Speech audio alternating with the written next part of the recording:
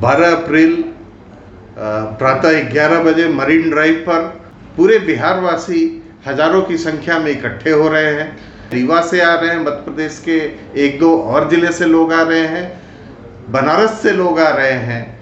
तो हम लोगों की ये मांग है जो पिछले 5 साल से हम लोग पुरजोर तरीके से रख रहे हैं, जिन्होंने गवर्नेंस के नए मॉडल्स पेश किए जो इतने अनूठे हैं कि हम उसके बारे में पूरी जानकारी नहीं रखते। ये बहुत दुर्भाग्य है।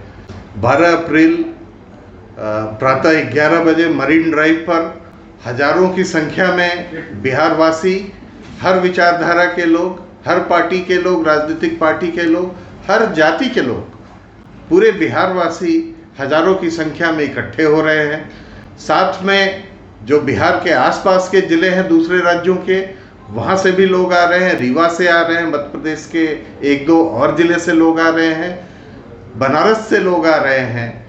तो हम लोगों की ये मांग है जो पिछले 5 साल से हम लोग पुरजोर तरीके से रख रहे हैं कि आधुनिक भारत के राष्ट्र निर्माता, जिस तरह से महाराज भरत ने भारत की संरचना का निर्माण किया, भारत देश का निर्माण किया, आधुनिक भारत के निर्माता जिन्होंने बिखरते भारत को जोड़ा और आधुनिक भारत के निर्माता बने, जिन्होंने गवर्नेंस के नए मॉडल्स पेश किए जो इतने अनूठे हैं कि हम उसके बारे में पूरी जानकारी नहीं रखते। ये बहुत दुर्भाग्य है कि हम अपने राष्ट्र निर्माता की उन नीतियों के बारे में नहीं जानते हैं जो गवर्नेंस के कई नए मॉडल्स पेश किए, जिन्होंने ग्राम स्वराज की अवधारणा दी इस देश को, जिसे महात्मा गांधी ने भी अपनाया और वो भी चाहे कि पूरा देश ग्राम स्वराज की अवधारणा को माने और लागू करे।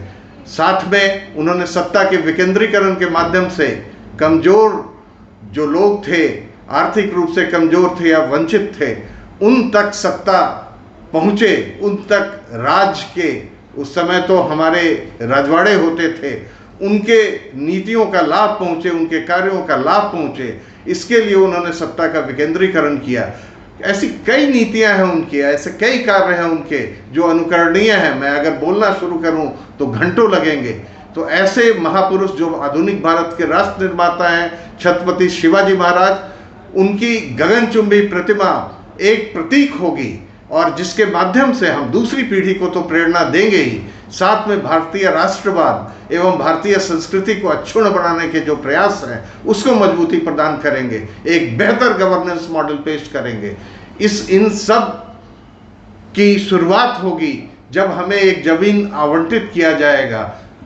मरीन ड्राइव इसलिए महत्वपूर्ण है क्योंकि पटना का जयप्रकाश नारायण पथ, मरीन ड्राइव जिसको कहते हैं, वो उत्तर बिहार को दक्षिण बिहार से जोड़ता है, तो पूरे बिहार के लिए यहाँ से संदेश जाएगा। लेकिन एक सवाल ये सर कि जो राजनीतिक में लोग हैं बिहार में, खास करके जो सत्ता में हैं, वो उन्हीं के विरासत से जुड़े हुए हैं, तो क्या इतना समय लग गया ये जो महत्वपूर्ण मांग है, जो मूर्ति की मांग है, उसको पूरा करने में? और अगर ऐसा नहीं हो रहा है तो क्यों नहीं हो रहा है? देखिए, मैं किन्हीं को दोष नहीं दूंगा। मैं अपने आप को, अपने साथियों का दोष मानूंगा कि शायद हमारी आवाज़ कमज़ोर थी। हम और ज़ोर से आवाज़ लगाएंगे। आज सत्ता जो है चारदीवारी से घिरी होती है, चाहे वो कहीं की सत्ता हो, वहाँ तक आवाज़ पहुँचाना बहुत मुश्किल होता है।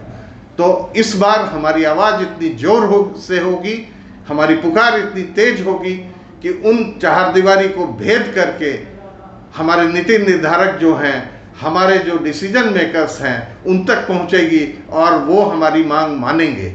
हमें पूरी उम्मीद है कि इस बार हमारी मांग मानी जाएगी।